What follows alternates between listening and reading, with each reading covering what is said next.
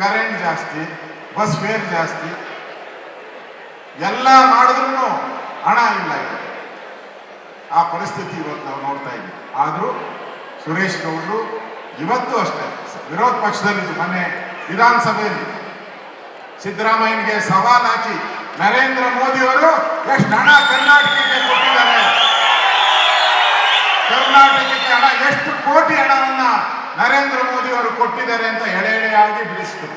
ಸಿದ್ದರಾಮಯ್ಯ ಸುಳ್ಳು ಹೇಳ್ತಾ ಇದ್ಯಾ ಅಂತ ಅವ್ರು ಎಷ್ಟು ಬಡ್ಕೊಂಡ್ರು, ಕೂಗಾಡಿದ್ರು, ಬಿಡದೆ ಅರ್ಧ ಗಂಟೆ ಹಿಡಿದು ಜಾಡ್ಸಾಕಿದ್ರು. ನರೇಂದ್ರ ಮೋದಿ ಅವರು ಎಷ್ಟು ಹಣ ಕರ್ನಾಟಕಕ್ಕೆ ಕೊಟ್ಟಿದ್ದಾರೆ. ಆ ರೀತಿ ಹೋರಾಟ ಮಾಡುವಂತ ಶಾಸಕರು ಇವತ್ತು ನಮ್ಗೆ ಅವಶ್ಯಕತೆ ಇದೆ. ನಾವು ವಿರೋಧ ಪಕ್ಷವಾಗಿ ಇರ್ಬೋದು, ಆದ್ರೆ ವಿಧಾನಸಭೆಯಲ್ಲೂ ಕೂಡ ಸುರೇಶ್ ಗೌಡರು ಅವ್ರ ಪರ್ಫಾರ್ಮೆನ್ಸ್ ಒಳ್ಳೆ ಬೆಸ್ಟ್ ಪರ್ಫಾರ್ಮೆನ್ಸ್ ಅನ್ನ ಮಾಡಿದ್ದಾರೆ. ನಾನು ವಿರೋಧ ಪಕ್ಷದ ನಾಯಕನಾಗಿ ಅವರಿಗೆ ಸರ್ಟಿಫಿಕೇಟ್ ಅನ್ನ ಕೊಡ್ತಾ ಇದ್ದೀನಿ. ಮುಂದೆ ನೋಡೋಣ. ನೀವೆಲ್ಲ ಇನ್ನೂ ಚಪ್ಪಾಳೆ ತಟ್ಟಿದ್ದೀವಿ, ನಾವೇನೋ ಅವ್ರಿಗೇನ ಮಾಡಬೇಕು ಅಂತಿದ್ದೀವಿ. ಆದ್ರೆ ನೀವು ಗೆಲ್ಲಿಸ್ಬೇಕು, ಮತ್ತೊಂದು ಬಾರಿ ಮಗದೊಂದು ಬಾರಿ ಅವರನ್ನ ಗೆಲ್ಲಿಸ್ಬೇಕು. ಕೆಲಸ ಮಾಡೋರಿಗೆ ಹಾಕಿ. ಹೊಲದಲ್ಲಿ ಅದೇನು ಹೇಳ್ತಾರಲ್ಲ, ಮಗ ಕಳ್ಸ್ಕೊಂಡು ಎತ್ತು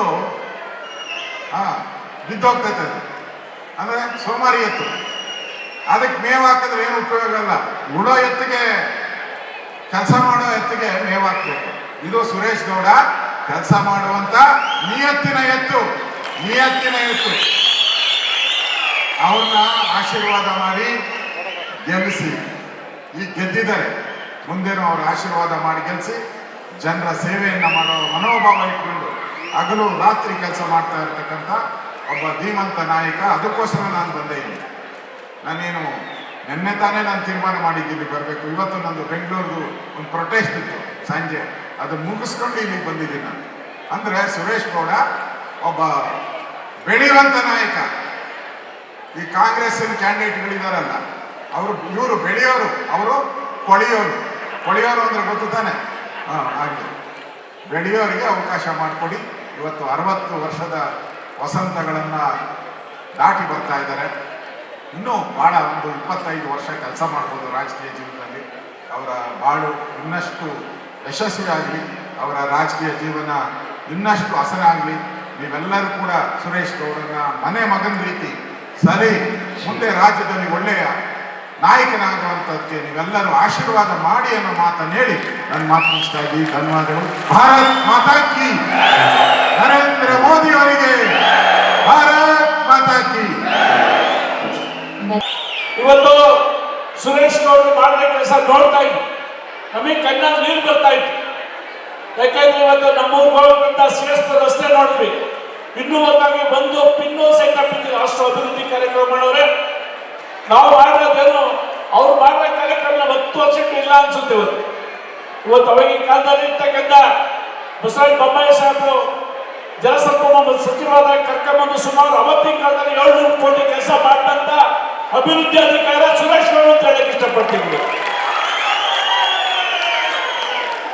ಇದೇನು ಅನ್ಸುತ್ತೆ, ಇವತ್ತು ಅಣ್ಣರು ಇಲ್ಲೇ ಇದ್ದಾರೆ, ಅಶೋಕ್ ಅಣ್ಣರಲ್ಲೇ ಇದ್ದಾರೆ. ನನಗೆಲ್ಲ ಒಂದು 6 ಸೆನ್ಸ್ ಅನ್ಸುತ್ತೆ. ಡಿಸೆಂಬರ್ ಜನವರಿ ತಿಂಗಳಲ್ಲಿ ಸುರೇಶ್ ಗೌಡರು ಮಂತ್ರಿ ಆಗ್ತಾರೆ ಅಂತ ಹೇಳಕ್ ಇಷ್ಟಪಡ್ತೀನಿ. ಯಾಕಂದ್ರೆ ಈ ಬ್ಯಾಂಕ್ ಆಗ್ಬೇಕು. ಇವತ್ತು ಈ ಕಡೆ ಅಭಿವೃದ್ಧಿ ಹೇಮಾವತಿ ಹೋರಾಟಕ್ಕೆ ಮೊನ್ನೆ ನೋಡಿದಂತ ಹೋರಾಟದಲ್ಲಿ ಸುಮಾರು 20-30 ಕಿಲೋಮೀಟರ್ ನಮ್ಮ ಜೊತೆ ಪಾದಚ ಇದು ಮಾಡಿ ಇವತ್ತು ಆ ಒಂದು ಹೇಮಾವತಿ ಲಿಂಕ್ ತಪ್ಪಿಸಿರ್ಬೋದು. ಇವತ್ತು ಒಂದೊಂದು ಕೆಲಸ ನೋಡ್ತಾ ಇದ್ರೆ ಇನ್ಯಾರು ಬಂದ್ರು ಇನ್ನು 50 ವರ್ಷ ಆದ್ರೂ ಅಷ್ಟು ಅಭಿವೃದ್ಧಿ ಕೆಲಸ ಮಾಡಿದ್ರೆ ಸುರೇಶ್ ಗೌಡ. ಮುಂದಿನ ದಿನಗಳಲ್ಲಿ ಆ ತಾಯಿ ಭುವನೇಶ್ವರಿ, ಚಾಮುಂಡೇಶ್ವರಿ ಸುರೇಶ್ ಅವರಿಗೆ ಒಳ್ಳೊಳ್ಳೆ ಪದವಿ ಕೊಡ್ಲಿ, ಅವ್ರ ಆರೋಗ್ಯ, ಐಶ್ವರ್ಯ, ಅಂತಸ್ತು ಎಲ್ಲ ಕೊಡ್ಲಿ ಅಂತ ನಾನು ದೇವರ ಹತ್ರ ಮಾತಾಡಿದ್ರೆ ಬೇಡ್ಕೊಂಡು 2 ಮಾತು ಮುಗಿಸಿನಿ. ಜೈ ಕಳಗವಾತೆ ಸುರೇಶ್ ಅವರಿಗೆ, ಅಶೋಕ್ ಅವರಿಗೆ, ಚೈತ್ರ ಜ್ಯೋತಿ ಗಣೇಶ್ ಅವರಿಗೆ, ಚಿದಾನಂದ ಅವರಿಗೆ, ರವಿ ಅಬ್ಬಾಕ್ ಅವರಿಗೆ. ತುಮಕೂರಿಗೆ ಅವರು 2004ರಲ್ಲಿ ಕುಣಗಲಿಗೆ ಬಂದು ಪಾದಾರ್ಪಣೆ ಮಾಡಿ ಎಲೆಕ್ಷನ್ ನಿಂತು, ತದನಂತರ ಡಿಲಿಮಿಟೇಷನ್ ಆದ್ಮೇಲೆ 2008ರಲ್ಲಿ ಗೆದ್ರು, 2013ರಲ್ಲಿ ಗೆದ್ರು, 2018ರಲ್ಲಿ ಅಲ್ಪಸಂಖ್ಯಾತರು ಹೋದ್ರೂ ಕೂಡ ಕ್ಷೇತ್ರನ ಮರೆಯಲಿಲ್ಲ. ಶಾಸಕರಾಗಿ 2018ರಲ್ಲಿ ಸೋತರು ಕೂಡ ಕೆಲಸ ಮಾಡಿದ್ದಾರೆ. ಅದನ್ನೆಲ್ಲ ಅರ್ಥಕೊಂಡು ತಾವೆಲ್ಲರೂ ಕೂಡ 2023ರಲ್ಲಿ ಗೆಲ್ಸಿದ್ದೀರಾ. ಅತ್ಯಂತ ಜನಪರ ಕೆಲಸ ಮಾಡುವಂತ ಸುರೇಶ್ ಗೌಡ್ರು ಅವ್ರಿಗಿರುವಂತ ತಾಕತ್ತು ನಾವು ಹತ್ರದಿಂದ ನೋಡಿದಾಗ ನಮ್ಗೆ ಎದುರಿಕಾಗ್ತದೆ. ಆದ್ರಿಂದ ದೇವರವರಿಗೆ ಉನ್ನತ ಮಟ್ಟದ ಅವರಿಗೆ ಮುಂದೆ ಪದವಿಗಳನ್ನ ಕೊಡ್ಲಿ ಅಂತ ನಾವು ದೇವರಲ್ಲಿ ಈ ಸಂದರ್ಭದಲ್ಲಿ ಕೇಳ್ತಾ, ಅವರು ಇತ್ತೀಚಿನ ದಿವಸಗಳಲ್ಲಿ ನಮ್ಮ ಶಿವನಿಗೆ ಹೆಚ್ಚಿಗೆ ಹತ್ರ ಆಗಿದ್ದಾರೆ. ಶಿವನ ಪೂಜೆಯನ್ನು ಹೆಚ್ಚಿಗೆ ಮಾಡ್ತಾರೆ. ಆ ಪರಮೇಶ್ವರ ಅವರಿಗೆ ಎಲ್ಲ ಶಕ್ತಿಯನ್ನ ಕೊಡ್ಲಿ, ಅವರ ಆಸೆಯನ್ನ ಈಡೇರಿಸಲಿ ಅಂತ ಈ ಸಂದರ್ಭದಲ್ಲಿ ಹೇಳ್ತೇವೆ. ಮತ್ತೊಮ್ಮೆ ಅವರಿಗೆ ಹುಟ್ಟುಹಬ್ಬದ ಶುಭಾಶಯ ತಿಳಿಸ್ತಾ ನನ್ನ ಮಾತನ್ನು ಮುಗಿಸ್ತೀನಿ. ಧನ್ಯವಾದಗಳು. ಧನ್ಯವಾದಗಳು ಸರ್ ತಮಗೆ. ಈಗ ಹೇಳಿದಾಗೆ ಯಾವುದೇ ಒಬ್ಬ ಯುವ ರಾಜಕಾರಣಿಗೆ ಅವರು ಮಾದರಿ, ನಾವು ಯಾರನ್ನಾದ್ರೂ ಮಾದರಿಯಾಗಿ ಇಟ್ಕೋಬೇಕು ಅಂದ್ರೆ ರಾಜಕೀಯದಲ್ಲಿ ಸುರೇಶ್ ಗೌಡ್ರನ್ನ ಮಾದರಿಯಾಗಿ ಇಟ್ಕೋಬಹುದು. ಇನ್ನೊಂದು ವಿಚಾರ, ನಾನು MLC ಆಗೋದ್ರ ಹಿಂದೆ ಅಥವಾ ನನ್ನನ್ನ ಬಿಜೆಪಿಗೆ ಸೇರಿಸೋದ್ರ ಹಿಂದೆ ಸುರೇಶ್ ಗೌಡ್ರ ದೊಡ್ಡ ಒಂದು ಆಶೀರ್ವಾದ ಇದೆ. ಜೊತೆಗೆ ನನ್ನ ಗೆಲುವಿನ ಹಿಂದೆ ಅವ್ರಿಗೂ ಬಹಳ ದೊಡ್ಡ ವಿಶೇಷವಾಗಿ ನನ್ನನ್ನು ಬಿಜೆಪಿಗೆ ಮೊದಲನೇ ಬಾರಿಗೆ ಆಹ್ವಾನ ಮಾಡಿ ಸೇರಿಸೋದಕ್ಕೆಲ್ಲ ವ್ಯವಸ್ಥೆ ಮಾಡಿದ್ದೆ ಸುರೇಶ್ ಗೌಡ್ರು. ನಮ್ಮ ಅಣ್ಣನ ಸ್ಥಾನದಲ್ಲಿ ಇದ್ದು ನಮಗೆ ನನ್ನನ್ನು ಕೂಡ ಅವ್ರ ಜೊತೆಯಲ್ಲಿ ಇಟ್ಕೊಂಡಿದ್ದಾರೆ. ನಾವು ಯಾವತ್ತೂ ಕೂಡ ಸುರೇಶ್ ಗೌಡ್ರ ಜೊತೆಯಲ್ಲಿ ತುಮಕೂರು ಜಿಲ್ಲೆಯಲ್ಲಿ ಜ್ಯೋತಿ ಗಣೇಶ್ ಅವರಿದ್ದಾರೆ, ನಾವೆಲ್ಲ ಅವ್ರ ಜೊತೆಯಲ್ಲಿದ್ದು ಅವರ ಕೈಯನ್ನು ಬಲಪಡಿಸ್ತೇವೆ, ಅವರ ನಾಯಕತ್ವದಲ್ಲಿ ನಾವೆಲ್ಲ ಕೆಲಸ ಮಾಡ್ತೇವೆ ಅಂತ ಹೇಳಿ ಮತ್ತೊಮ್ಮೆ ಸುರೇಶ್ ಗೌಡ್ರು ಅವರ ಆರೋಗ್ಯ ಚೆನ್ನಾಗಿ ಕಾಪಾಡಿಕೊಂಡವ್ರೆ. ಒಂದು ರೀತಿ ಪ್ಲೇ ಬಾಯ್, ಸುರೇಶ್ ಗೌಡ್ರು ಪ್ಲೇ ಬಾಯ್ ಇದ್ದಂಗೆ.